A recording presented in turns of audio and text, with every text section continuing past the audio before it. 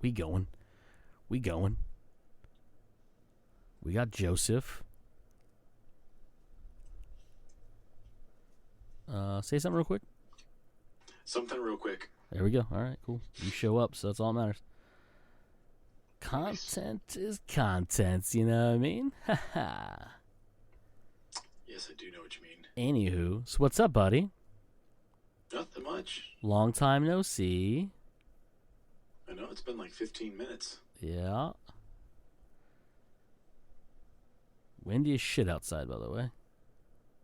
Right? I don't know why you gotta be so windy. Here. Finish what? What do you got? I was starting to fill out that application for the Microsoft Data Center. Nice. Hopefully it doesn't time out. Yeah, it's fine.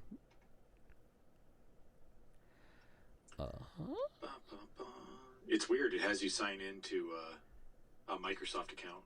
Yep, yeah. It's like you have 4 choices to sign into: a Microsoft account, a Facebook account, a Google account, and I can't remember what the 4th choice was, but it was like, can I just create a regular account? Ah, fuck it, whatever, for my Microsoft account. Isn't LinkedIn one of them? That's what it was, LinkedIn. Yeah. They own them and all, so. It's like, well, that's interesting. Like, I can't just sign up for an account, like sign up for a career account, but whatever. Whatever, it's dog. done. It's linked to my Microsoft account now. They know I play Microsoft games and stuff like that. Hopefully it'll help. Yeah, they're like, oh, he plays our games. Hired.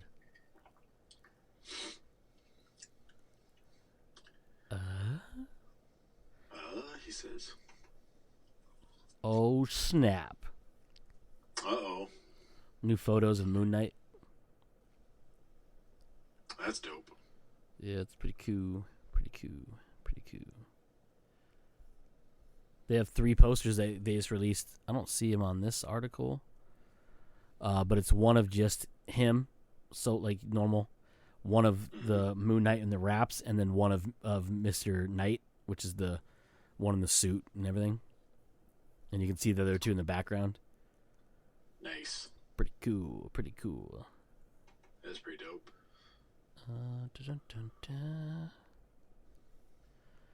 So what do you got, buddy? You got anything to talk about today? No, the only thing that I saw of interest this past week is something that we haven't even covered. We won't cover this week because we haven't seen the Batman yet. It's true. But apparently the Batman was also supposed to have a tie-in on HBO Max, I think. Yep. It was. Gotham. What was it called? Gotham PD. Yep. And for what it sounds like, it has been put on hold. Oh no! What, that one has? Yep. So they greenlit. Well, I know they put the Penguin limited series. They ordered it to. I don't remember if they said how many episodes they were. Where did I see that earlier? Anyways, they set the Penguin, which is a show all about the rise of the Penguin. Oh, here it is right here. Gimme. The Batman spinoff starring Colin Farrell's Penguin gets series order at HBO Max.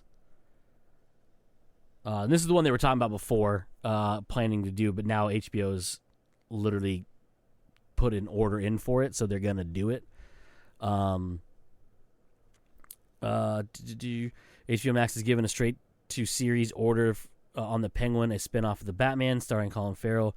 The series is executive produced by Matt Reeves, Dylan Clark, Colin Farrell, and Lauren LaFranc. Or it could be LaFranc. It doesn't have a K, so who knows. Who writes the series as and serves as showrunner.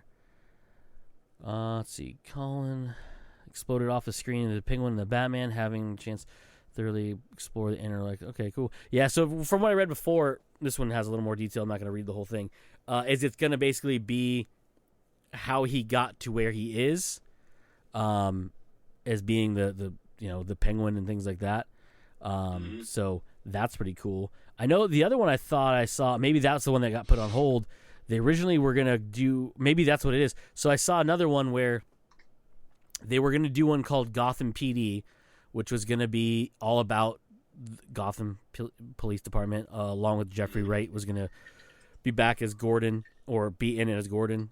I guess he'd be back as Gordon because he was already Gordon in the movie, so I guess we're back Gordon. Anyhow, and it was going to deal with the beat cop detective stories in Gotham with the crime bosses and things like that. And then after the movie came out, which obviously was last weekend, and again we haven't seen it yet, so it's hard to say what happens in the movie to lead to it. But I guess what they're gonna do now with it is gonna make it an Arkham series. So maybe they put the Gotham PD one on hold, and then doing the Arkham one, because I read that article about something that they were gonna do that and make it all about the asylum itself, to maybe introduce some other villains and other characters and stuff like that. Kind of like that Harley Quinn. What was that one called? The Black Label book, Harley Joker, or oh yeah, Harley Joker. Yeah, I think. Is it Harley Joker? Is that one? I can't remember which one that one was. Where it was all about. It was her before she became Harley Quinn. She was Harley Quinzel is her name, and then it's her basically like dive into madness, I guess you could say, with working at Arkham as a psychiatrist. Arkham. Matt Reeves, the Batman TV series changed from Gotham PD to Arkham after creative differences. Variety has this story from. I don't know if I want to read this because I don't know if it's gonna have spoilers in it or not. Well, the Raps article doesn't have a whole lot of spoilers. Doesn't really have any spoilers in it at all, as far as I've read, for the actual movie, The Batman. It just basically states that, so the title of the Rap article is The Batman director Matt Reeves says Gotham PD show has evolved into an Arkham Haunted House series. But it was an interview with Matt Reeves, who was set to executive produce the Gotham PD show. Basically said, where'd it go? Reeves noted that he was super excited about the idea, but HBO Max and Warner Brothers wanted something a bit different. It was super cool to me, and they did not like the idea. He explained they just wanted it to be. They wanted to center a show on a character who was more. I get it, and so I was like, okay, so maybe someday we'll do that show. So an HBO Max series revolving around Colin Farrell's Penguin, the character, blah, blah, we talked about that already, where'd it go? An individual with knowledge of the situation confirms to the Wrap that the Gotham PD show hasn't been put to a complete halt, because Reeves says it was put on hold indefinitely, but has evolved into a different concept. That concept, as Reeves outlined to the cyber nerds, is something revolving around Arkham Asylum. So, basically it just sounds like HBO Max and Warner Brothers just didn't like what he was pitching with Gotham PD, and so they were like, yeah, how about we do this other thing, this other idea here. So, yeah. Yeah, that's so cool. They say it evolved, but it sounds like, to me, really just a different project altogether. Yeah, because this one says, Matt said the original plan for the Gotham PD series was to take inspiration from Sidney Lumet's Prince of the City and center the show on a corrupt Gotham cop. The series was set 1 year before the Batman, as the Gotham police force must reckon with the emergence of Batman and its own corruption. Interesting. And that makes sense. I mean, how else do you make a TV series without your main character, like your biggest character of that world? Yeah, because it says it wasn't going. This is Matt Reeves' quote here about it. It says it wasn't going to be a Batman story. It was going to be about the corrupt cop. Reeves said it was going to be about the worst gang in Gotham, where the GCPD, and the cop was going to come across paths. He was he would have to touch paths with Gordon, who would have been it would have been someone to measure him against, but it would have been a battle for the cop's soul. Interesting. I mean, that kind of sounds cool too, or more of like less of a procedural show, more of like a cop, like a drama about a corrupt cop and being in the GCPD. It's a lot I guess more about the why Batman came around type thing. Yeah. The corrupt police department would have been. It sounds like it would have been an interesting show, especially if we go and watch the Batman and we like it. I know some people have really liked it and some people have not really liked it. Mike is included in the latter camp because he said he wasn't that. Actually, what did he say? He said that it had good action scenes in it, but he didn't really like it as a whole or something like that. Yeah. But I've heard people say that they really like the movie. So. Not that I care what it is, but let's see what Rotten Tomatoes has to say for rating wise. The Batman. Why the fuck is that not on the top? What the fuck? Why? That's not even alphabetical order. Oh my god. I'm not gonna be mad. Holy shit. Wow. That's actually better than I thought. So right now, 80s, I'm guessing? 86% on the tomato meter and 89% on audience score. Yeah, that's pretty good.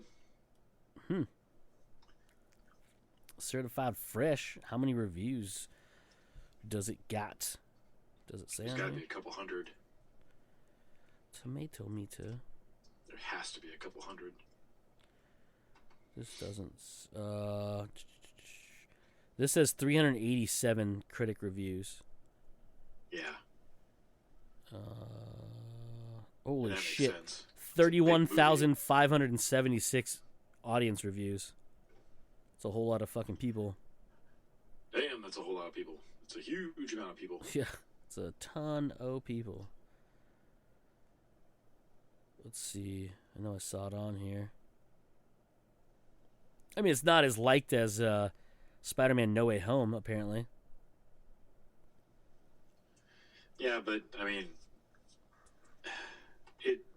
it sucks that DC isn't probably going to be able to pull in Marvel numbers. No, not at all, because they're too fragmented and don't have as many hits behind them as you would say, or not you, but as you could say.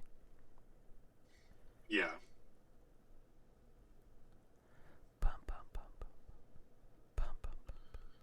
The Batman's Arkham spinoff still must happen. It's good to not. I don't know. I'm not gonna click on it because I don't know what that's gonna be. I'm just terrified to click on something that has spoilers. You know what I mean? Like I saw one bit of a spoiler. I'm not gonna say what it is about a stinger scene. And I don't. Again, I didn't click. I should say I didn't click on it. It was one of those ones where like it was ruined in the name of it with the picture. But it basically said like the stinger scene or credit scene or something. What did it say?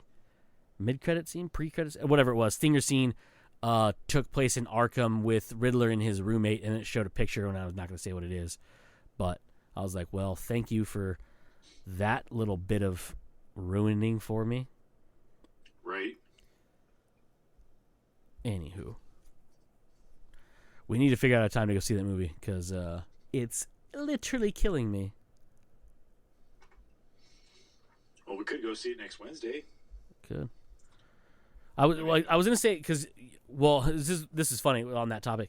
So I was trying to plan to do it like to watch it today in the morning, and then get together and record about and hang out whatever, have the Batman pizza, and then record. The movie's so long because it's almost 3 hours, and that's without trailers. The movie itself is like 2 hours and like 50 something minutes. Like 50, it's like minutes shy of being 3 hours long, and that's before trailers and before having to get to the fucking movie, obviously, right? And the earliest time because I wanted to see it in Cine 1 because might as well go see it in the best format, right?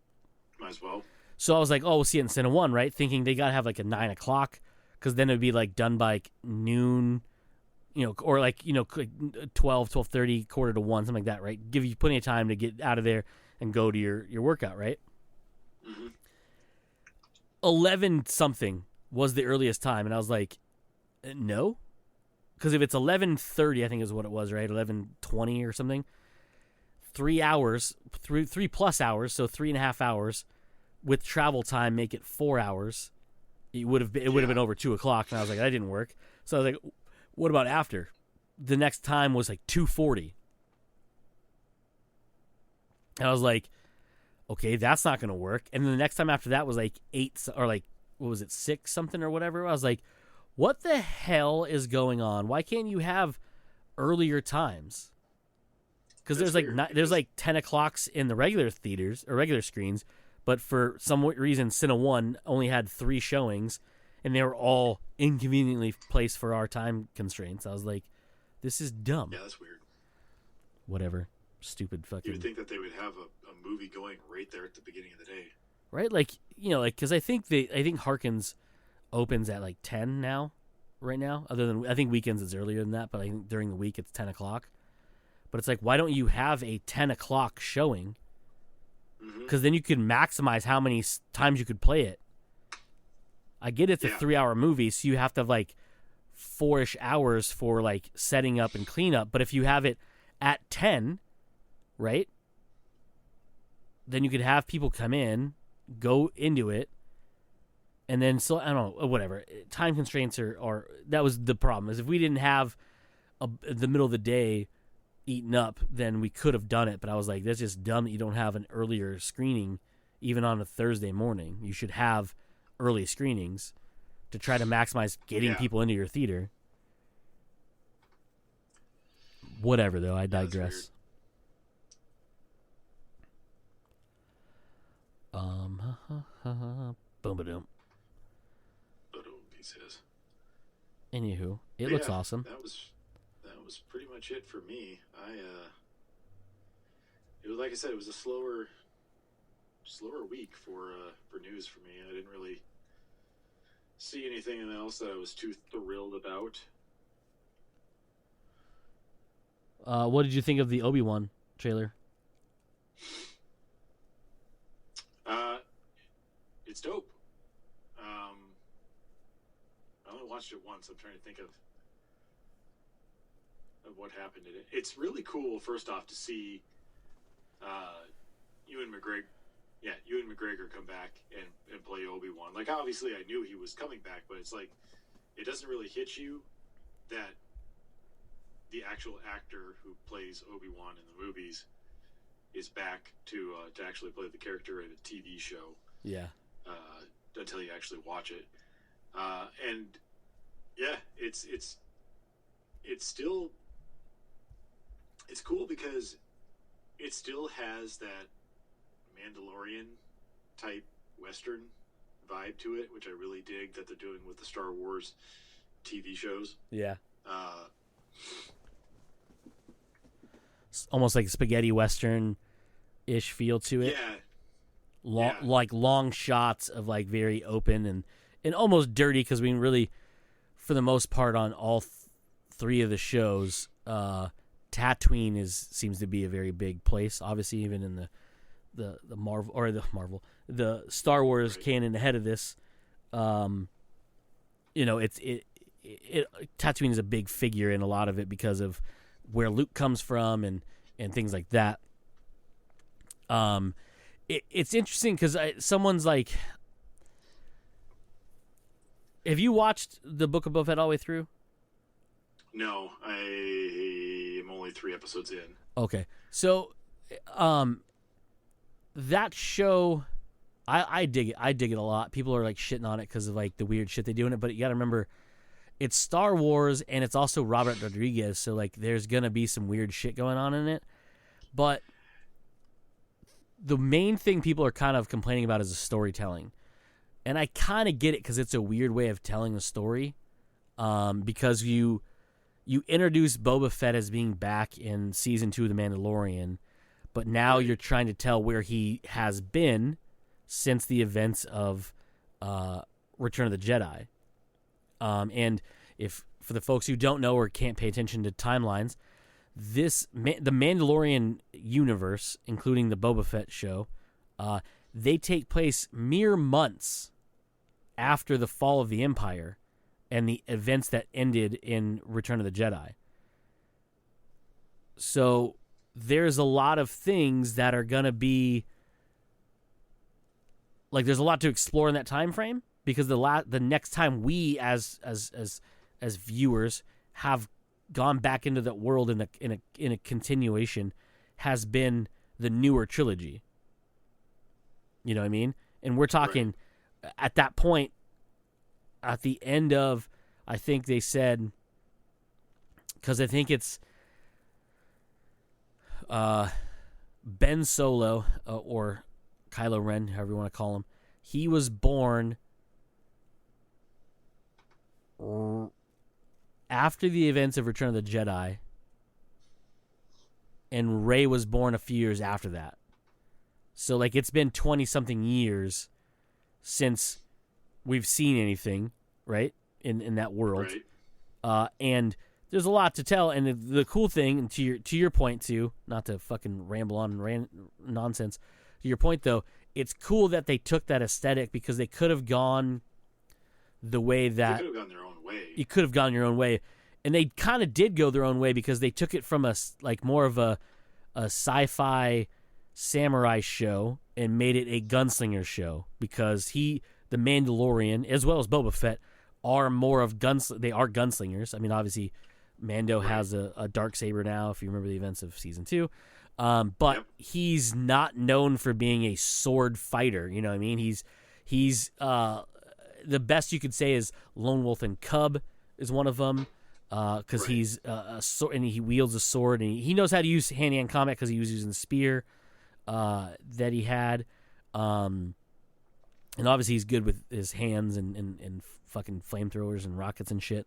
So it's kind of cool. But to your point though, like it was cool because they have this cool Western aesthetic and they really leaned into it in Season 2, like a lot with Season 2.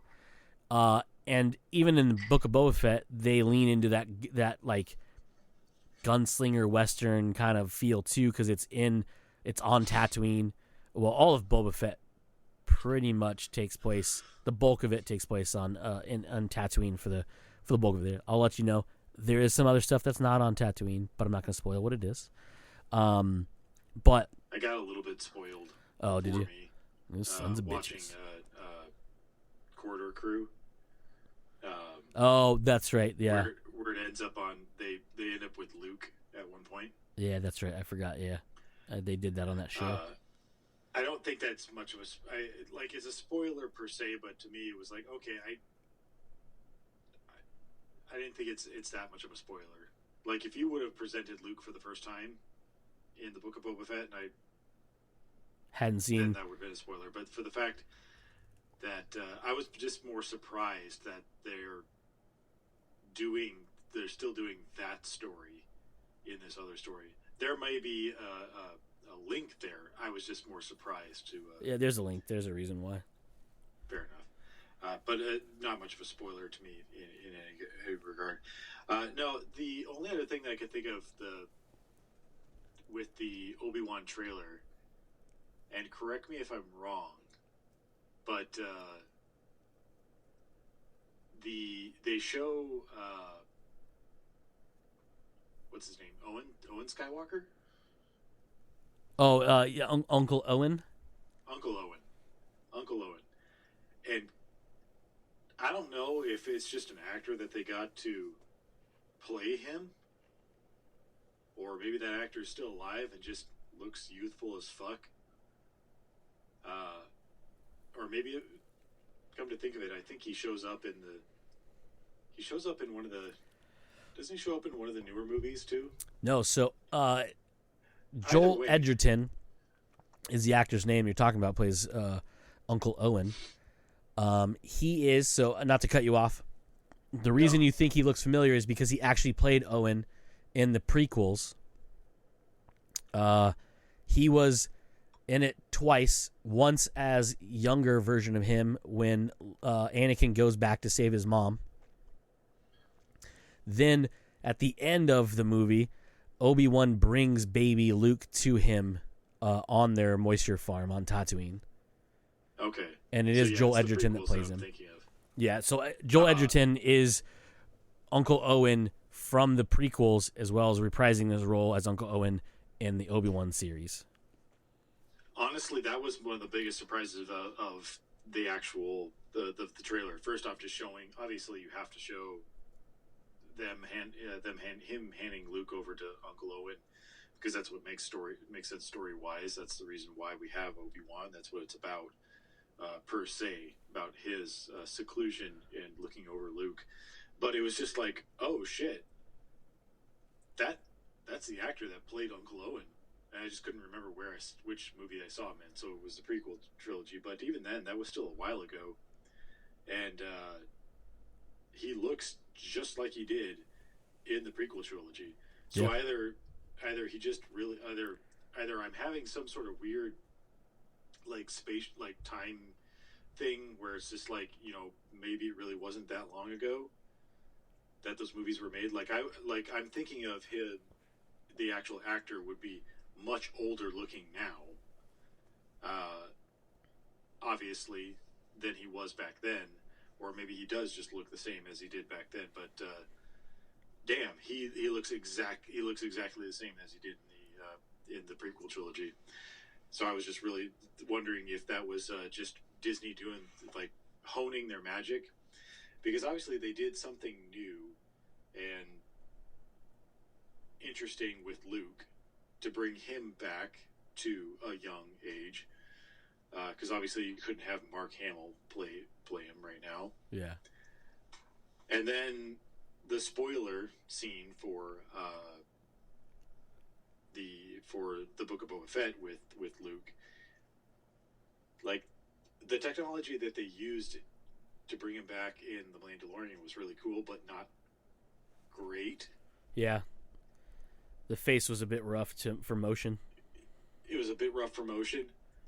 What they do in the Book of Boba Fett, though, amps up that technology. I think they've got a much more better experience with it, and so it looks a lot better. But then going into Obi-Wan, it was just like, oh my god! I thought, like, did they just like perfect that technology with fucking Uncle Owen of all people? Nah, it's just him. He's the actor's only 47.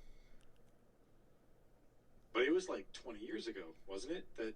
That he was in. So yeah, 20 years ago was his first appearance, but he was young then. I mean, he was younger then.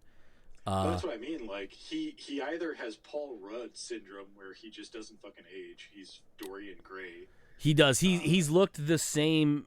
The only difference between his appearance in Revenge of the Sith, which is the last time you saw him when he had his shadowy beard, getting handed baby Luke, which is so 2005 was that one. So 3 years after his first appearance, and they have to have him grow a beard.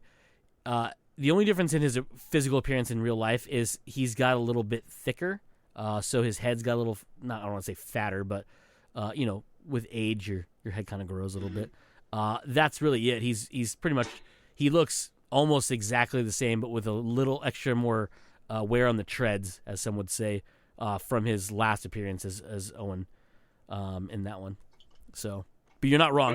He does very. He had at one point hit a part of his life where he stopped changing his look, because he played in the movie Warrior with Tom Hardy. Yeah. He was his brother, the working class one.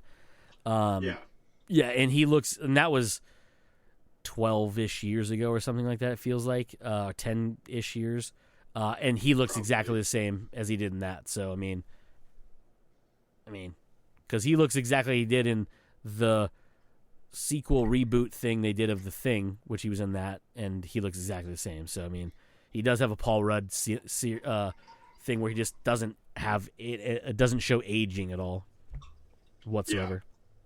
Yeah. Okay, so I thought maybe Disney was playing some sort of digital magic with his character, because he looked so fucking he looked like he was pulled out of the whatever movie it was that I originally seen him in, the prequel trilogies. Yep. But beyond that, like, everything looks cool, like we normally do. Don't really get hints at anything else. I know is it still rumors that Darth Maul is supposed to show up, or is it rumors by now? No, it's so. I think that's rumors because if Darth Maul shows up in this, well, okay, no, I shouldn't say that. It could still be rumors, but we don't know for a fact yet. So I'm gonna say it's rumors. The only problem I would have with it, because this is listed as I believe, as a limited series. Like the Book of Boba Fett, I think is a limited series. It's not meant to be a one-off. Yeah, I don't think it's meant to go on. I think it's literally just it's telling a story, unless it's wildly popular. Maybe they'll do something else, but I think it's literally there just to tell the story of going from what we know to what we have known. You know what I mean? But the reason I don't know if we're going to see it because we've seen again, this is why I'm saying it the way I'm saying it. It's not that we haven't seen what happens, because we have in the animated show. So we're not going to tread new ground. And I say that because the Inquisitors show up in this, and they're obviously from the cartoons. But we haven't seen this section of the Inquisitors. You know what I mean? Like, this is them going after... This is them enacting Order 66 still under the regime of Vader. A very spry Vader, because we're at the early stages of him being Vader. So we're pre-Rogue One Vader, but we're post-Lava Planet Vader. You know what I mean? Yeah. So, like, we were having, like, the picture, I don't know if you saw it earlier, and I texted earlier, that picture I sent of Vader is from this show. It was in the Entertainment Weekly. And now, he wasn't shown in the trailer, which is a weird thing. They didn't put him in the trailer. It wasn't shown, but at the end, you hear him. That was another thing at the end. You hear him breathing at the end, which is pretty cool. I just thought it was weird that they debuted a picture of him in Entertainment Weekly versus letting us see him move on screen for the first time in the trailer versus just waiting for us, giving us that tease of the breathing, and then let us see him on screen when it comes to the episodes. You know what I mean? Yeah. It was weird to me. I was like, why would you give Entertainment Weekly the first image of newer Vader than just letting us see it for the first time on screen, tease it, never give it to us, and then let us see it? You know what I mean? But whatever. My point is, I don't think they'll go into the Darth Maul thing in this show. The only reason why is because we know Obi-Wan dispatches of Darth Maul from the Clone Wars cartoon. But we don't know Obi-Wan's relationship with the Inquisitors as much. Okay. Because Clone Wars or Rebels is when the Inquisitors really show up for the first time, if I'm not mistaken. And they were never really interacting with Obi-Wan. Obi-Wan was always in the Clone Wars stuff. So it'll be interesting to see what they do. When I'm not even joking you, I saw a glimpse of that fucking ship that flies over the water, and I yelled out loud. So Paige had sent us that text, right? I was at work. I didn't watch it. I was like, I don't want to waste watching this on my phone for the first time. I'll wait till I get home, right? So I didn't watch it, and I stayed away from all news because I was working, like actually working, so I couldn't just be on my phone. Because I had to do work. I get home. One of the first things I do is I go right to watch that trailer because I wanted to watch it. Right. And when you see that ship swooping over the water, I legit yelled out loud, "Oh my God, they have the Inquisitors!" And Paige looked at me like, "What the fuck are you talking about?" And then they show it landing, and I was like, "Oh my God, it's the Inquisitors! Oh my God!" And I just kept saying it over and over again. She's like, "I'm just gonna wait because he's either gonna explode or he's gonna pass out. One of those two things is gonna lead me and having to hear him yell, 'Oh my God, the Inquisitors!' over and over again while watching this trailer." And I kept saying it. I never passed out under her, unfortunately for her. But I was so geeking out when I saw them, and when they finally showed what's his face, the head Inquisitor, which I can't think of his name right now, I was ecstatic, dude. I was like, oh my god. Other than the fact of you can't find a human being with a head that skinny, so you're never gonna find an actor that way unless they're a gaunt old person, but you can't have him do it. But he spins that lightsaber, and I was like, a gush. Why don't you explain who the Inquisitors are? All right, so the folks who don't know, to preface it, the Inquisitors haven't been in any of the movies at all. So, like, I didn't even know about them until the Fallen Order game. Oh yeah, of course, yeah, because Fallen Order, which falls, and I was gonna bring that up because Boba Fett has an appearance of someone from Fallen Order. And I'm not going to spoil who that is, so you'll get there eventually. Okay. So, if you haven't, if you're not huge into the larger universe that is Star Wars, Joe being one of those, he's more of a, we'll say casual Star Wars fan. Like he watches all the Star Wars stuff that comes out, but he's not. I've watched all the movies. I've watched all the big shows. I've read a handful of the books, but I was never interested in the animated side of things, where this stuff is coming from. Yeah, so basically, obviously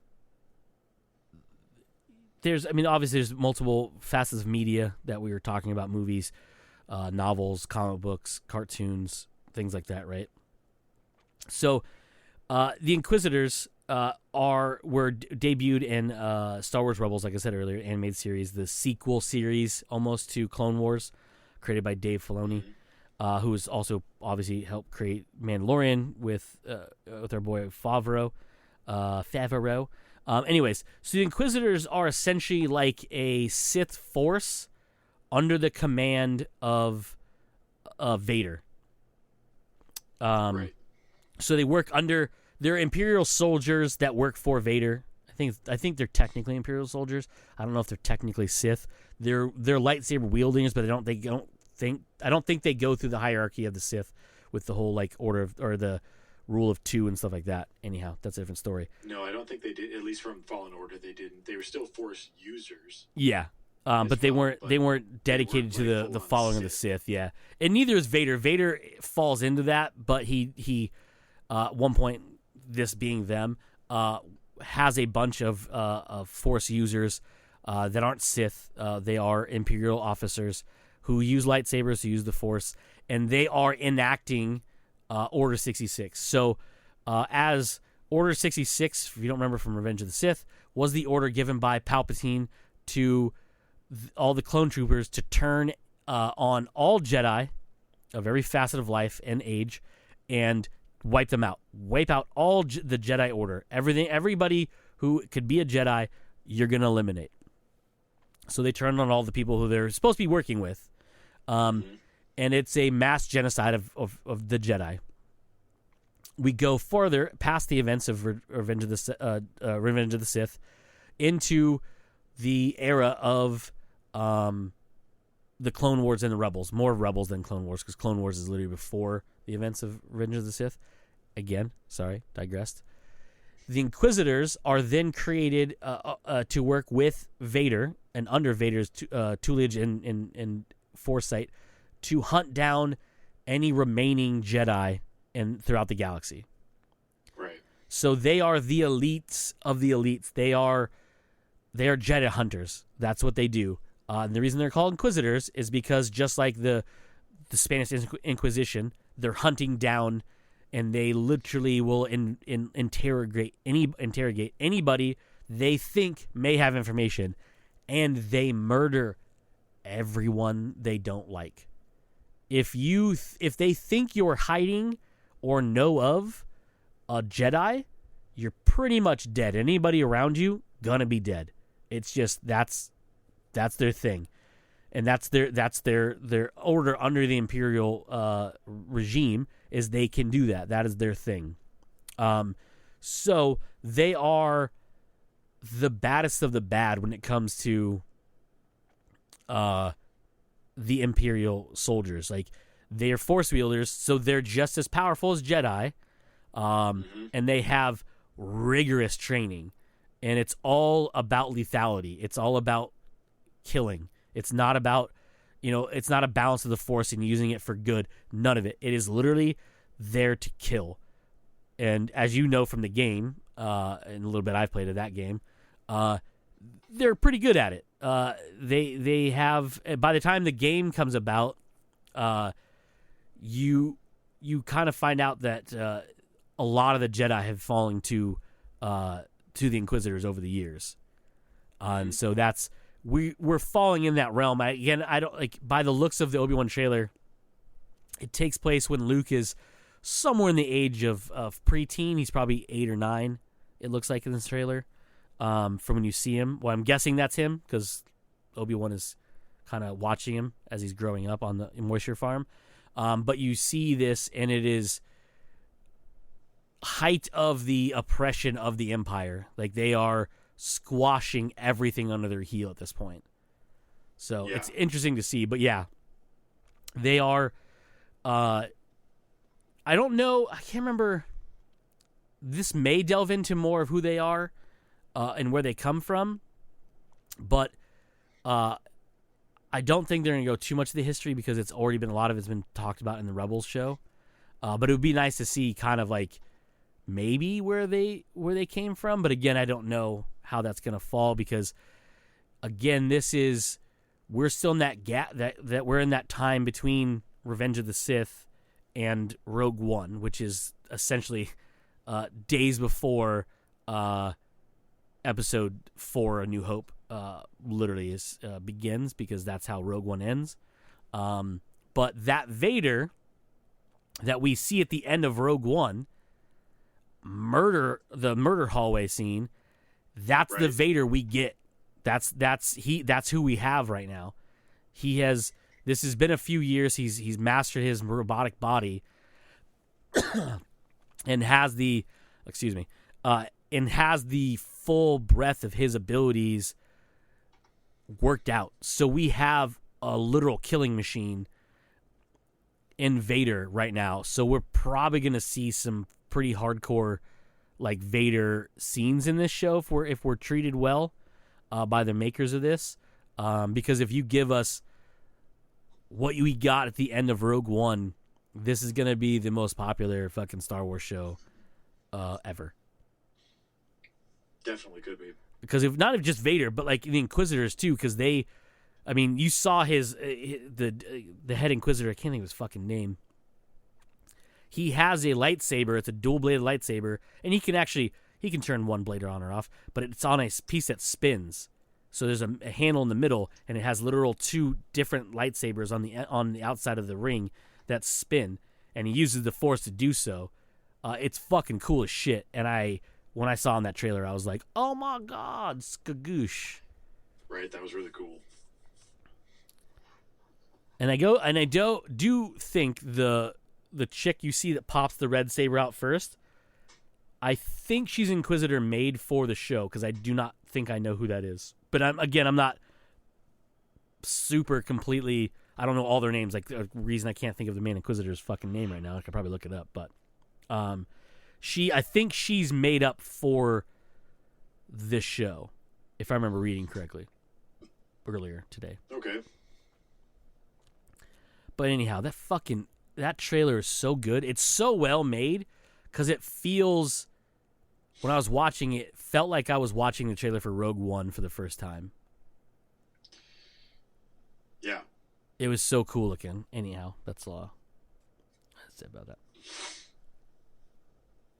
What is that fucking dude's name?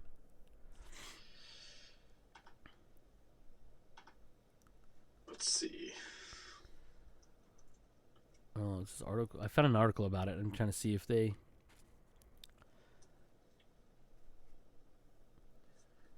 I know he has a title too. And the Grand Inquisitor? Grand Inquisitor. That's what it is. I was trying to think of what they called it. Not Head Inquisitor. It's Grand Inquisitor. That's his title. And everyone's fucking afraid of him. On? Yeah, I think that might be it.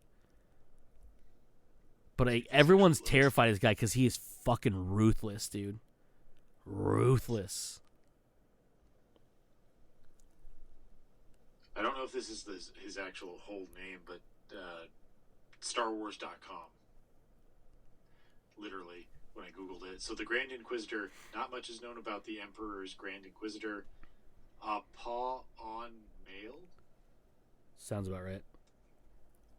I'm just not sure about the male part, like how that plays into it. Like, is that part? It's not capitalized, so I don't know if it's like the paragraph goes a paw on and then drops to the next line, male. It's not hyphenated, so I don't know if it's part of his name. It's not capitalized, so I don't know if it's a part of his name. Oh, that's why he looks so familiar. It's Rupert Friend is the guy who plays him. You may only know Rupert Friend, Joe, as his role in the second Agent 47 in the Hitman movies. So now we have two different Hitmans, Agent 47s, in the Star Wars universe, by the way. Playing kind of a Hitman. Interesting. Very typecast, if you ask me. Right? Joel Edgerton as Owen Lars, a moisture farmer on Tatooine, Anakin's stepbrother and Luke Skywalker's uncle.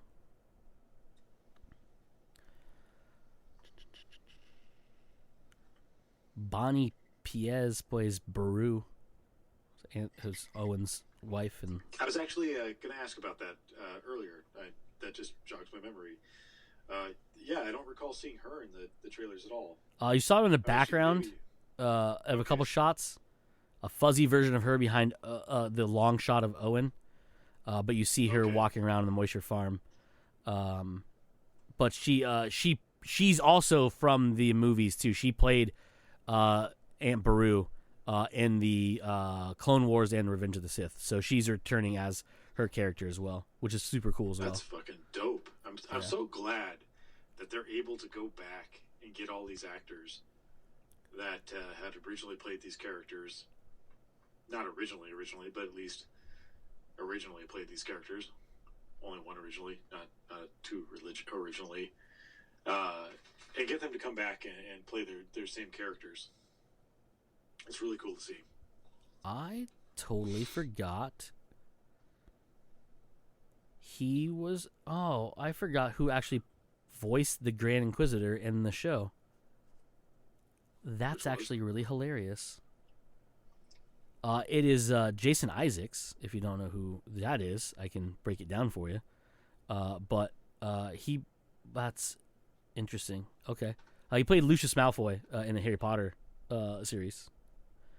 If you remember those movies. I do remember those movies. Yeah, so he was the voice of the Grand Inquisitor in the first two seasons of the animated series Star Wars Rebels. Nice. That'd been cool, actually, if they could have got him for the live action. That'd been pretty fucking awesome, actually.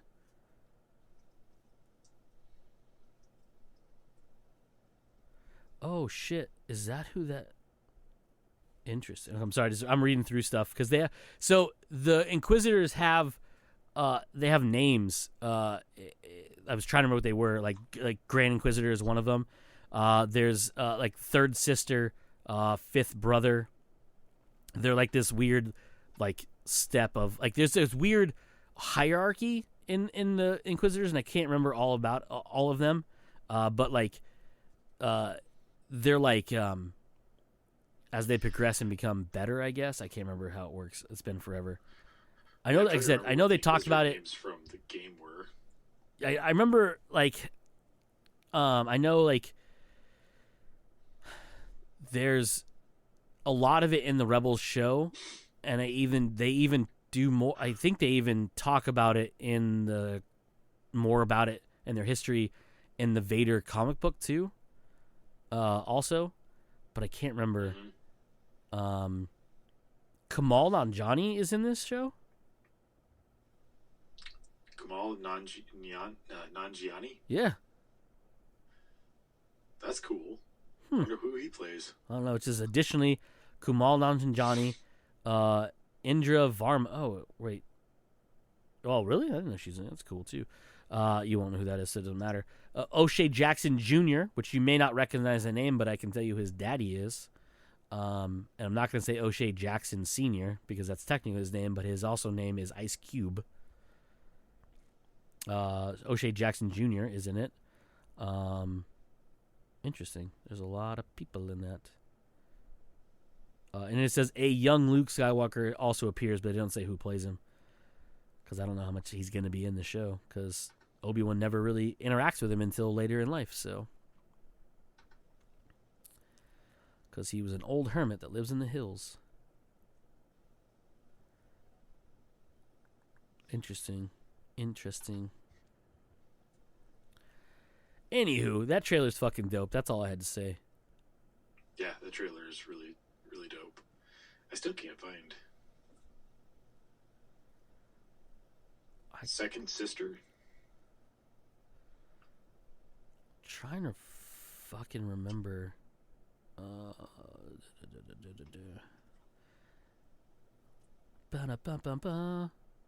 Screen Rant has a list of all 10 Inquisitors in canon. Well, there might be more now because I know that one chick, the one that you see in the trailer, if I'm not mistaken, I could be wrong, but I believe she is new for the show. And I think she's the one listed here as the actress's name is well,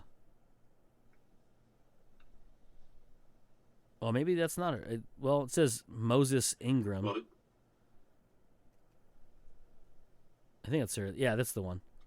Yeah, because she was in Queen's Game. That's her. So, from Screen Rant, the list of Inquisitors, you have the Grand Inquisitor, the Fifth Brother, Seventh Sister, Eighth Brother, Sixth Brother, 10th Brother, Second Sister. Oh, she's the main antagonist from Jedi Fallen Order.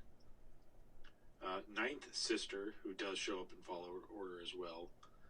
An unknown male Twi'lek Inquisitor. Twi'lek. Unknown female Inquisitor, some red chick, or alien, I really should say. Don't know if it's a guy or a girl, to be honest, or red-skinned alien. Those categories whatsoever at all. But it looks like from a comic book, where it appears in Star Wars comic Darth Vader, Dark Lord of the Sith. Yeah, that's the book I was talking about. And that's all that Screen Rant lists. So it was the second sister that I recognized from the game.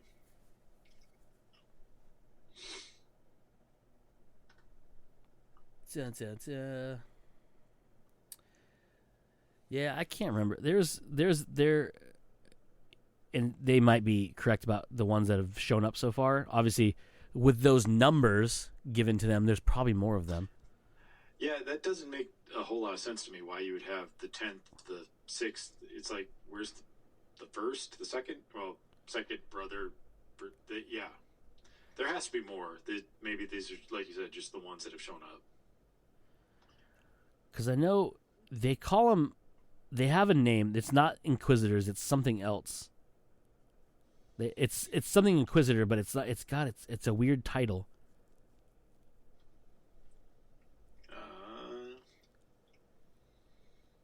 I don't even know how to say it. I found it right here. Inquisitress? I don't know how to say that. Inquisitress. Like a female inquisitor would be like a inquisitress, like an actress. I don't know. Inquisitress. Because I remember in the novel Ahsoka, the Inquisitors are in that, and then Grand Inquisitor dispatches members of his Inquirius. I don't know how to say this fucking word. Anyways, the sixth brother to the farming moon of Radad to investigate claims of an unknown force-sensitive resistance leader who is Ahsoka Tano. After the Empire learns of their presence, in the blah, blah, blah, blah, blah, yeah. Anyways, and that's actually the episode that. By the way, that book, if no one's read that, or if you don't know of that book, it's actually real fucking good. And it actually leads up to why she is how she is in The Mandalorian, as well as where her sabers from The Mandalorian come from, because you learn about her recreating them, and the fact of, which I don't know, again, well, no, I do know, because it happened in the Clone Wars. The sad part, spoiler for anybody who hasn't read the book or might read it, there's a really sad part of the Ahsoka book where you find out that she thinks that Anakin is dead, and she doesn't know it's Vader. Mm-hmm. She thinks he went out fighting like a lot of the Jedi did, and she literally praises him. So much so that she literally buried her sabers with a fallen Jedi to make it seem like if anyone investigated it, that she was also dead. Because she literally went away from the Order because she thought Anakin had died, that he was killed. Because again, not many people know the events that happened to make him who he is, and especially because she was on the run. And so she's kind of gone away from being a Jedi, to save her fucking life because she's they're being hunted down, but also, and in that book she doesn't find out until later on. But it's crazy. It's a really good book if you want to read a Star Wars book. Anyhow, yeah. So the Inquisitors in that trailer were fucking rad. Is all I'm trying to get at. Yeah, they were. Anywho, I think that's it. Unless you have anything else. No, honestly, there's nothing else. There's nothing else, he says. All right, well, we'll wrap it up there. Comes naturally. We have been Joe. I have been Cody, and as usual, you fuckers just came naturally. Bye.